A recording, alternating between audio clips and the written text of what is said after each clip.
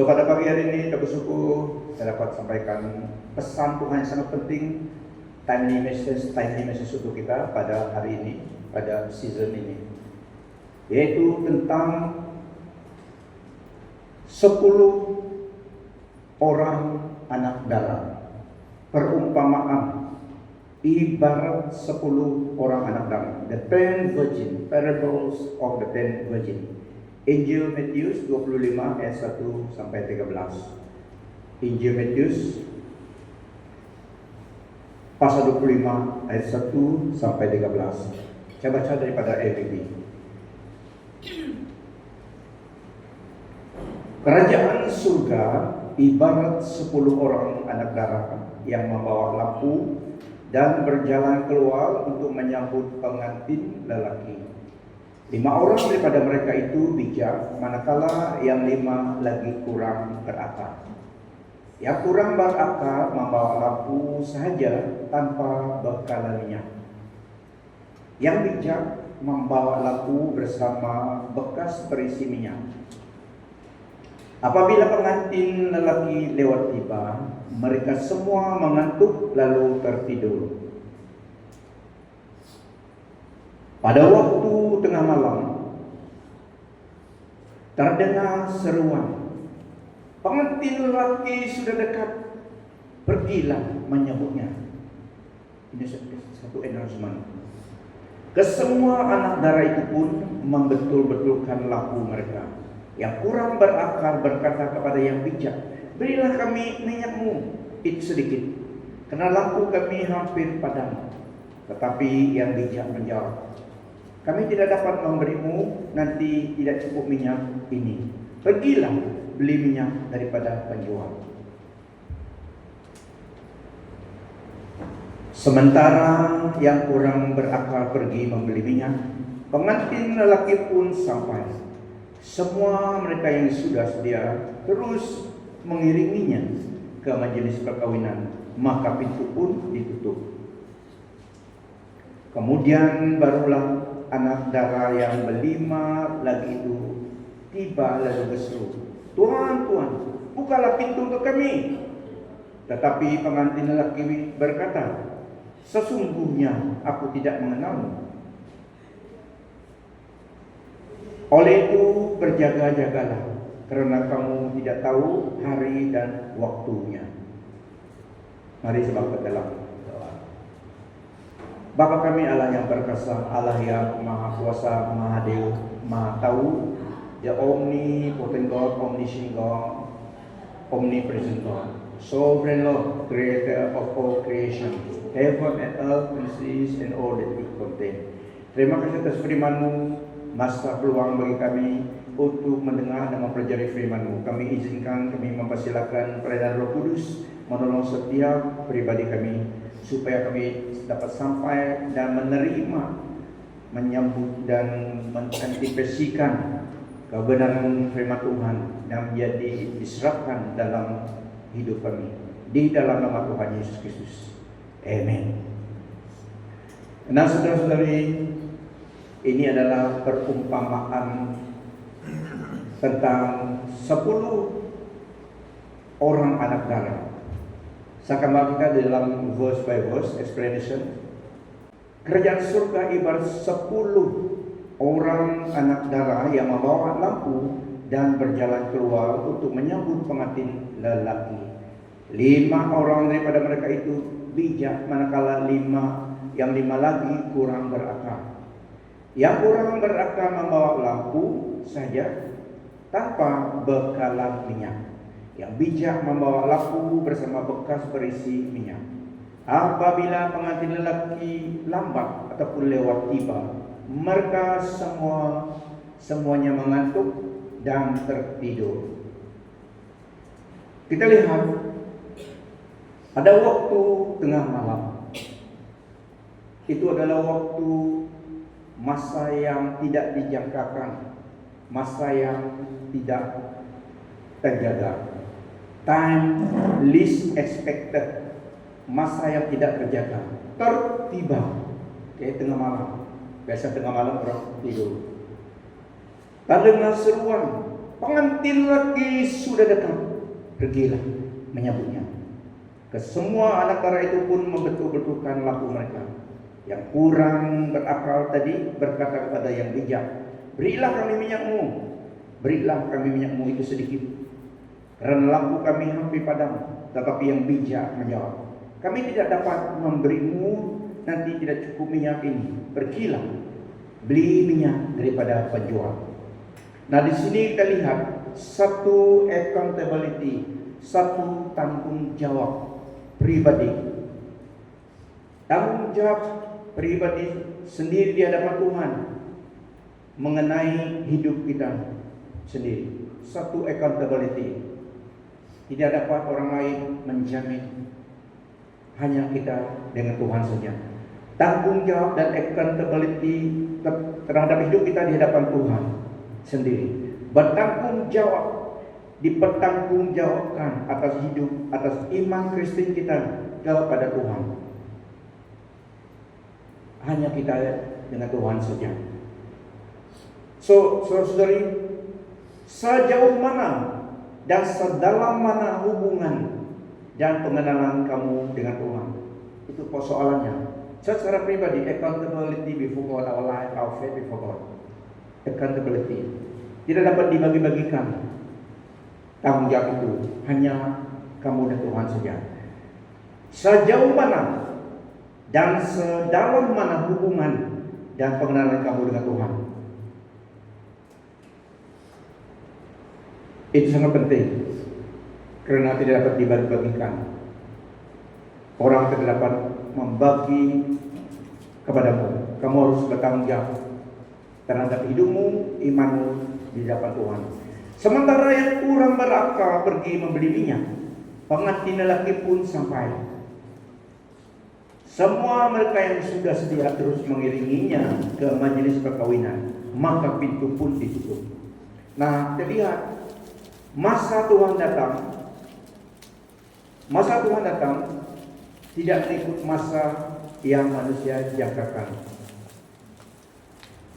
Masa Tuhan tiba tidak mengikut masa yang manusia rancangkan ataupun jangkakan, tetapi mengikut masa dan cara Tuhan.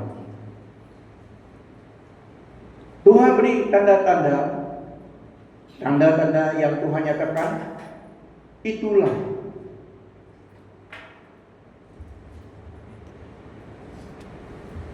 tanda-tanda yang Tuhan nyatakan kepada kita di sekeliling kita berdasarkan firman Tuhan. Itulah sebagai tandanya untuk kita, supaya kita tahu dan siap siaga dan tidak langsung tenggelam hilang di dalam kegelapan seperti orang di luar Kristus. Ya, kita yang di dalam Tuhan, meskipun kita tidak tahu exact masanya pengangkatan gereja ataupun Tuhan datang dalam hidup kita, Tuhan beri tanda-tanda di sekeliling kita di dalam Kristus. Dan kita tidak langsung seperti orang di luar Kristus yang hidup di dalam kegelapan, tidak tahu apa-apa mengenai kebenaran dalam Yesus Kristus. Kita diberi tanda-tanda akhir zaman, tanda-tanda Tuhan datang dalam firman Tuhan. Tidak seperti orang yang di luar Kristus langsung di dalam kegelapan, tidak tahu yang mana kebenaran itu. Kemudian barulah anak dara yang kelima lagi itu tiba lalu berseru. Mereka yang kelima yang kurang berakal itu tadi, the foolish five, sampai juga setelah mereka pergi membeli minyak dari bukan Petronas. Ayam dua minyak, mungkin kedai runcit. Mereka beli minyak di situ. Tapi mereka sampai juga. Kemudian barulah anak dara yang kelima lagi itu tiba, lalu berseru, Tuhan, Tuhan, bukalah pintu untuk kami. Tuhan, pengantin laki itu buka pintu.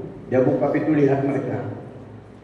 Tetapi pengantin lelaki dia berkata kepada mereka tiba di pintu keselamatan. Tetapi pengantin lelaki berkata, sesungguhnya aku tidak mengenalmu. Wow, mereka sudah berjaya beli minyak dan api mereka menyala sampai ke pintu, jumpa Tuhan pengantin. Diketuk pintu, Tuhan buka pintu. Pengantin lagi buka pintu. Tapi ketibaan mereka tidak masa ketibaan Tuhan. Itu ketibaan mereka. Their arrival is not what God has appointed. Tapi mereka sampai juga. Mereka ketuk pintu, Tuhan buka pintu. Bukalah pintu untuk kami. Tuhan Yesus berkata, sesungguhnya aku tidak mengenalmu. Dia lihat mereka, tapi dia tidak mengenal mereka. Dilarang masuk. Nah, saudara-saudari, dikenali oleh Tuhan, itu yang terpenting. Known by God is the utmost important in life as a Christian, as a believer. Dikenali oleh Tuhan itu yang terpenting, bahkan hanya itu yang perlu dan yang penting. That's really matters. Dan hanya itu yang penting, yang Tuhan register dalam listnya, yang dikenali Tuhan. Tak kisah orang banyak kenal seseorang itu, ataupun semua denominasi mengenal dia, semua manusia menyanjung tinggi dia, karena dia memegang jawatan tertinggi di dalam suatu denominasi ataupun di dalam Kristendom. Dia sangat disanjungi, dia terkenal, banyak fan dia, banyak kenalan mengenal dia. Tetapi apabila the real thing comes, berjumpa dengan Tuhan, mau masuk tidak diterima. Tuhan sudah mengenal dia. Makanya yang penting adalah kita dikenali oleh Tuhan Yesus. Dialah yang bos. Dia yang membuat penentuan sama dengan kenal kamu atau tidak. Itu yang penting. Mereka ini tiba tapi tidak diterima. Tuhan tidak mengenal mereka. Oleh itu berjaga-jagalah, karena kamu tidak tahu hari dan waktunya. Mereka mau ikut cara mereka masuk, tapi Tuhan telah menetapkan caranya, syaratnya dan caranya. Bukan ikut apa yang mereka lakukan, yang mereka mau. Kita lihat gambaran ini, mereka memang sungguh-sungguh sampai ke dewan pintu festival itu, keselamatan. Di dalam sana pesta celebration bersama dengan malaikat Tuhan, the supper of the Lamb. Mereka sampai situ, tapi Tuhan tidak mengenal mereka. Nah, saudara-saudari, kita lihat dari ayat semuanya ini, highlight berapa yang kita boleh ingat tambahan. Di dalam perumpamaan Ten Virgin ini mengajar kita pentingnya siap siaga. Teaches us the importance of being prepared and vigilance in anticipation of the return of Christ. Siap siaga selalu. Kita tidak tahu, tapi pentingnya siap. Ya, kawan sebelah, pentingnya siap. Tidak ada yang tahu, kadang-kadang kita tahu, tapi yang tidak tahu ada exact masa. Tapi dalam perumpamaan ini beri kita pentingnya siap siaga. Be prepared. Dan di dalam parables ini juga menekankan readiness, melambangkan minyak ini tadi. Memiliki minyak representing Roh Kudus ataupun Roh Kudus dan iman. Ini sangat penting di dalam kehidupan kita masuk dalam kerajaan surga. Festival itu ada, tapi on condition syarat Tuhan. Nah, kita lihat dalam ini 10 orang anak darah ini, the virgin represent church members, represent anggota gereja. Ini bukan represent dunia, tidak. Ini represent anggota gereja sidang.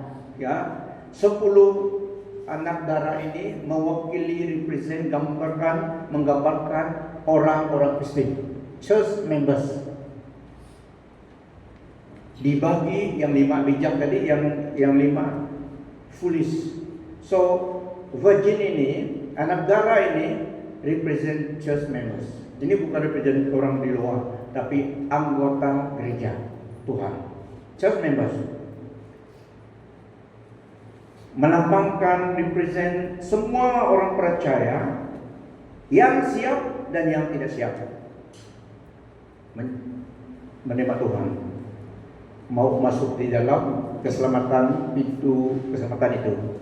Tuhanlah yang menentukan. So ini melambangkan, ini menggambarkan anggota gereja Kristus di dunia ini, yang siap untuk bertemu dengan Tuhan dan yang tidak siap. Pengantin lelaki itu adalah Kristus. The bridegroom represent Christ. Bridegroom itu delay kedatangannya, represent kedatangan Kristus. Still long, tapi tidak tahu. Makanya semua mereka tidur tadi, ya. Tapi pada masa kita ini semakin dekat, the event itu semakin dekat, ya. Ini di dalam berapa tahun dulu, semakin dekat kita firman Tuhan, semakin kita harus siap. So pada masa ini Tuhan memang delay kedatangannya, akan gerejanya, karena kasihnya kepada dunia, kepada orang di dunia. Mau banyak yang diselamatkan.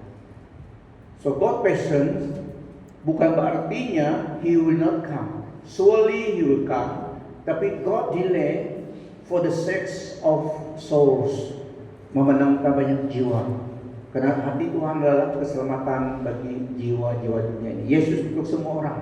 So Tuhan postpone, delay kedatangannya, event itu, supaya lebih banyak datang ke Tuhan, termasuk kita. Sekiranya Tuhan awal datang dulu, waktu orang Israel menerima kedatangan Tuhan, semua kita habis hilang. Tetapi oleh karena rencana Allah menyelamatkan semua dunia, Christ return delay.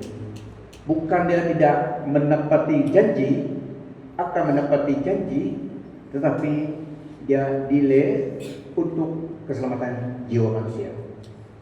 Ada timetable-nya, pasti dilakukan. Percaya tidak percaya, pasti itu terjadi, ya. So siap siaga itu sangat penting. Nah, lampu, the lamp represent iman. Lampu itu yang menyala represent iman kita kepada Tuhan. The outward expression of faith, kita perlu minyak. Seperti lampu memerlukan minyak supaya menyala. Itu berbicara pada kita persekutuan dengan Tuhan, minyak Roh Kudus Tuhan.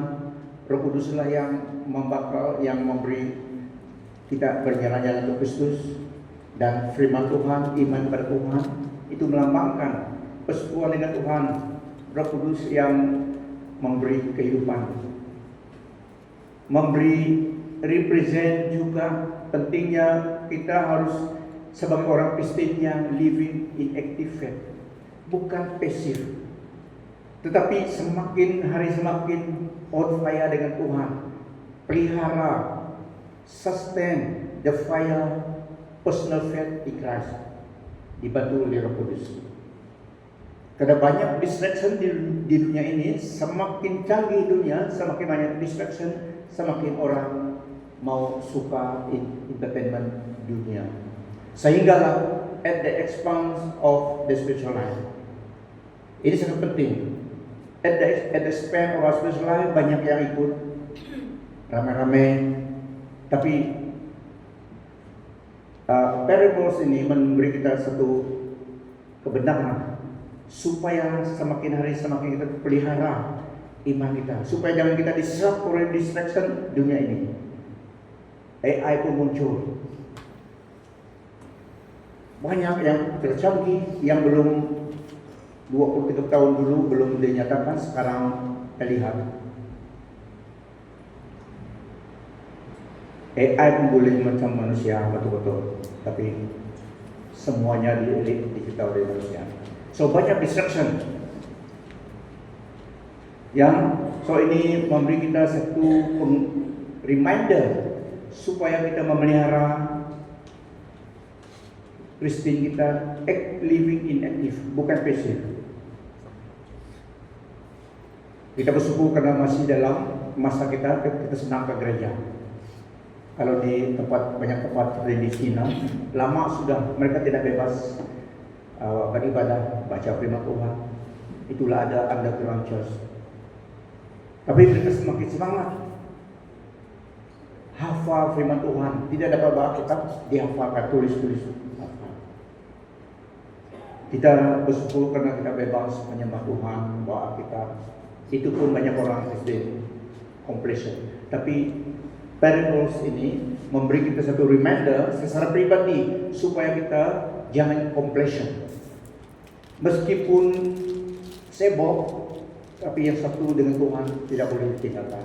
So Christian life dalam parables ini adalah yang ditinggal itu adalah orang Kristen, bukan orang dunia. Tapi mereka pasif. Minyak pun tidak ada habis bakalan. Mereka dapat beli tapi itu dalam. So parables ini memberi kita supaya kita senantiasa siaga secara pribadi. Pelihara iman kita. Jangan kita distract dengan sesuatu yang membawa kita melemahkan iman kita kepada Tuhan.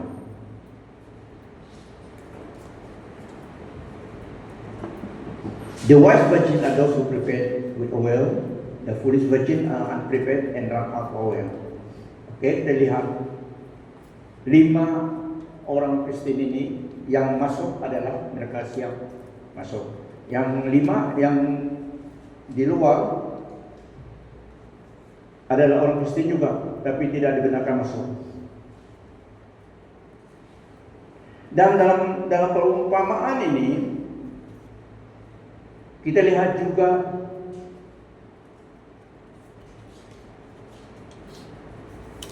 yang tidak siap tadi tidak dapat masuk.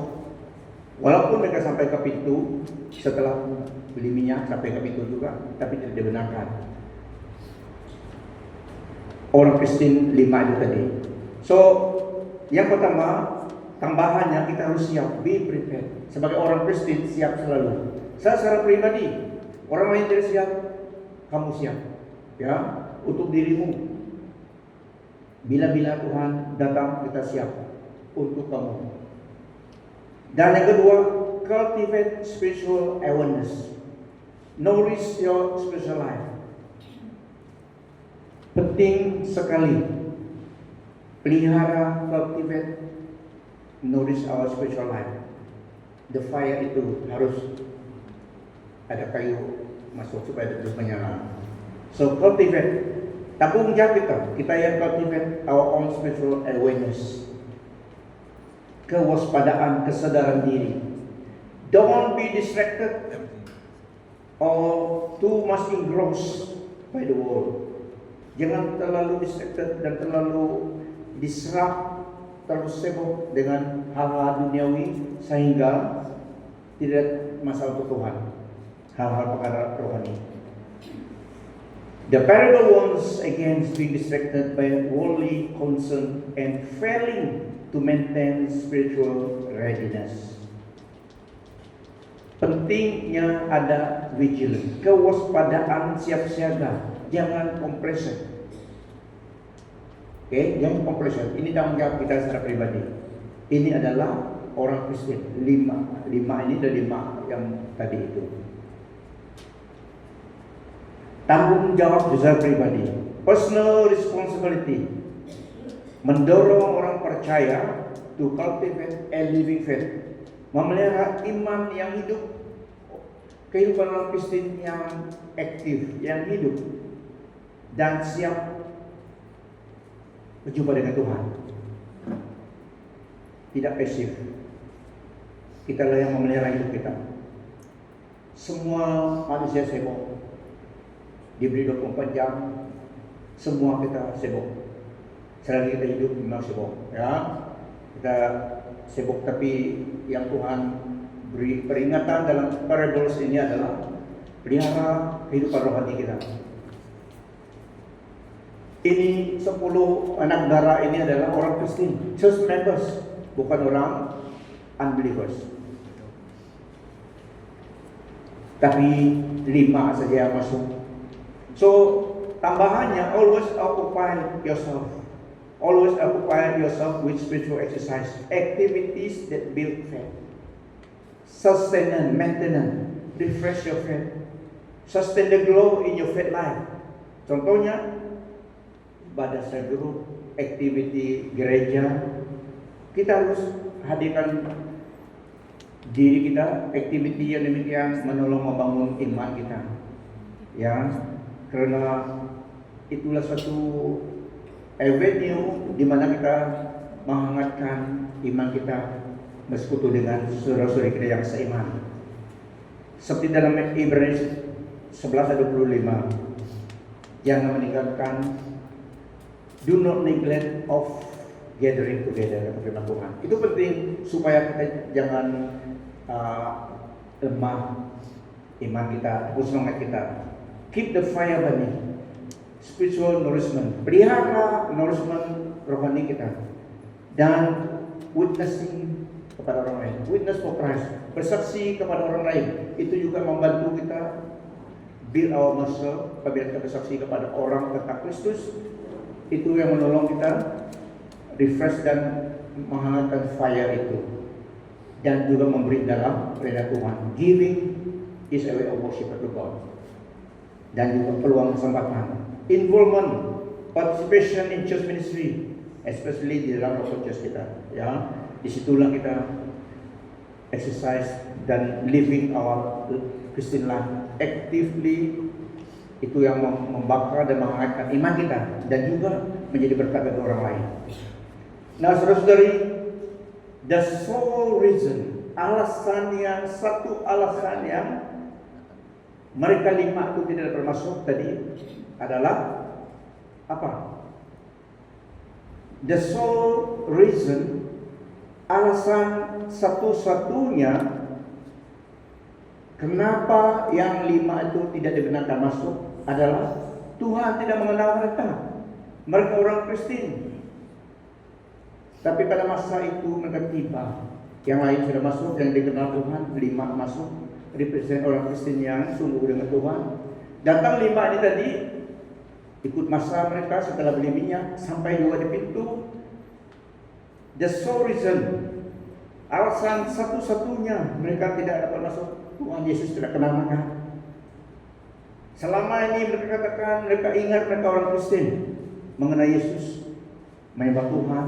Tetapi kenyataannya, on that day, jumpa dengan Tuhan, Tuhan buka pintu, Tuhan tidak kenal mereka. Sangat sedih kan? Sudah buka pintu tapi tidak dilayakkan masuk. Kenapa? Tuhan tidak mengenal mereka, bukan milik Tuhan. Meskipun mereka orang Kristen, nama mereka orang Kristen, satu-satunya Allah yang menciptakan manusia, tapi manusia yang lain juga dihukum. For God so loved the world that He gave His one and only begotten Son, that whosoever believe in Him shall not perish. So bukan semua orang yang, meskipun semua orang diciptakan oleh Tuhan, hanya satu God, created God, tapi banyak yang dihukum juga. Bukan salah Tuhan, karena salah orang itu sendiri. Kristus mati untuk menebus kita, untuk menjadi juru selamat. So last mereka jumpa dengan Tuhan juga, tapi bukan sebagai juru selamat. Mereka tidak kenal mereka. Yang sudah masuk adalah milik Tuhan. Mereka berjumpa dengan Tuhan sebagai hakim, hakim yang berkuasa, Allah yang berkuasa sebagai hakim. Tutup itu menghalau mereka, karena Kristus tidak mengenal mereka. Itu saja alasannya. Tidak dibenarkan, tidak dilayak masuk karena Tuhan tidak mengenal mereka. Mereka mungkin dikenali oleh manusia, atau maybe sangat dikenali, dan disanjung oleh manusia, or even di kalangan gerejawi. Tetapi mereka yang tidak diterima masuk oleh Tuhan Yesus Kristus, Allah yang benar dan hidup kekal, Allah yang maha kuasa, maha adil, maha tahu, Yesus Kristus, the only one and true God, tidak mengenal mereka. Itu yang penentuannya. Nyah dipadaku, kata Tuhan. Tapi dalam parables ini, dia buka pintu, tidak mengizinkan mereka masuk ke dalam kerajaannya. Tidak dikenal oleh Tuhan. So jangan discourage. Kalau Anda sebagai orang percaya setia pada Tuhan, tidak dikenali, tidak disanjung lagi dengan oleh manusia, tapi Tuhan lihat, you are my beloved, terkasihku, kata Tuhan. Itu sangat penting. Well done and good and faithful servant. Ini sangat penting. Percuma kalau orang menyanjung kita, kenali kita, sana sini orang sebagai orang percaya, orang sangat kenali kita, sanjung kita, kagumi kita. Tetapi sebenarnya Tuhan tidak mengenal kita. Itu sangat kecewa, ya. So parables ini reminder bagi kita supaya pelihara hidup kita, hubungan kita dengan Tuhan. Ya, apabila Tuhan buka pintu, dia kenal kita, masuk.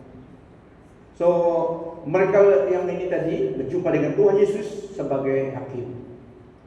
Karena masa untuk membawa milik Tuhan telah sudah masuk dengan Tuhan. Yang datang kemudian ikut masa mereka tidak diterima. Bukan mengikut syarat manusia, tapi tahun Tuhan. Ya, mereka datang tapi tidak diterima karena bukan cara Tuhan, tapi cara mereka. Firman Tuhan katakan, now is the time of His grace. Inilah masa anugerah Tuhan tercurah, masa menerima keselamatan dalam hidup kita. Do not harden your heart. Jangan keraskan hatimu, kata firman Tuhan. Apabila kami mendengar kabar baik, buka, keras, lembutkan hati kita, terima keselamatan daripada Tuhan. 2 Korintus 6 ayat 2. For He says, in the day of my favor I heard you, and in the day of salvation I'll have you. I tell you, now is the time of God's favor. Now is the day of salvation. Inilah masa anugerah itu, masa perkenanan Allah, kata Tuhan. Apabila kita mendengar kabar baik, itulah masa perkenanan Allah, masa diselamatkan. Kita meraihkan, we grasp the offer of eternal life. Yesus Kristus satu-satunya Allah yang benar, yang berkuasa, membuka pintu dan menutup pintu, menerima siapa yang layak dan menolak yang tidak dikenalinya. 1 Yohanes 5 ayat 20.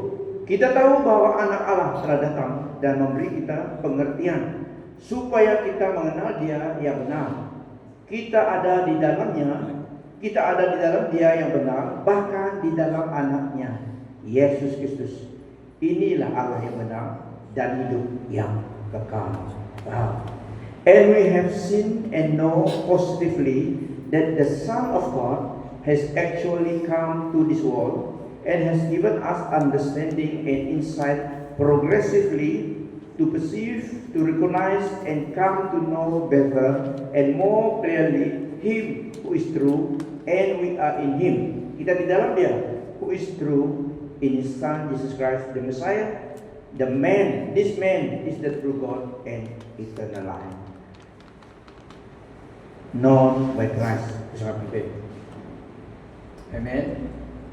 Yang menjadi confident kita sebagai orang percaya dan juga sebagai hamba Tuhan adalah because kita confident God knows us. Sebagai hamba Tuhan yang memberi keyakinan dan confident dalam hidup saya adalah because I know God called me. I know He who called me. Itu juga kita harus kenali Dia yang menyelamatkan kita. Whatever pendapat orang lain, never mind. Whatever others says about you, yang penting He knows you. Amen. Yang penting God knows us. Confident kita firman Tuhan. So, stay in Christ, stay safe. Yang kalau mau setelah, stay in Christ, stay safe. Stay in Christ, stay safe. Stay in Christ, stay safe. Mulai bagi dia.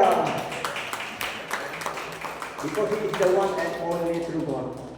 It is His decision. Dia yang membuat keputusan. Amen. So jangan khawatir. Apapun pandangan dunia, pandangan orang terhadap kita, peliharalah iman kita, hubungan kita dengan Tuhan. That's really matters. Amen. Pleases God, not pleases man. Menyenangkan hati Tuhan Allah kita itu sangat penting daripada kita coba menyenangkan hati manusia. Tidak semua dapat disenangi. Amen. Yang penting kita kenal, kita mengasihi Tuhan, kita menyenangkan Tuhan. Orang lain tidak senang pun is okay, tapi Tuhan senang dengan kita. Firman Tuhan sampai di situ. The parables of the 10 virgin. Pastor Leonard, saya mau. Sekali lagi kita berdiri dan beri kemuliaan bagi Tuhan. Haleluya. Mujizat